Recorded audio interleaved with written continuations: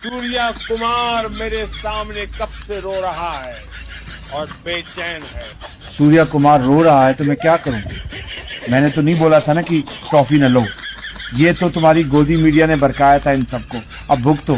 वो कह रहा है कुछ भी कर लो, ट्रॉफी दिलवा के दो। हमने कोई गलती कर दी है।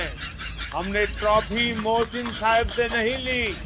मैंने सूर्या से कहा, साले किस चावल वाले इंसान ने तुझसे कहा था कि फाइनल जीतने के बाद ट्रॉफी मोहसिन जी से मत लेना।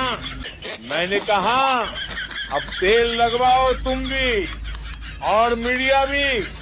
सालों आगे राफेल वाली बस्ती नहीं खत्म हो रही। अब तुम सालों ने ट्रॉफी भी मोहसिन नकवी साहब के हवाले कर दी। अब सब रो रहे हो। अब क्या फायदा जब मोहसिन नकवी चुपके ले गया ट्रॉफी ही। अच्छा मेरी बात सुनो, चुपचाप माफी मांगो फिर मैं सोचूंगा।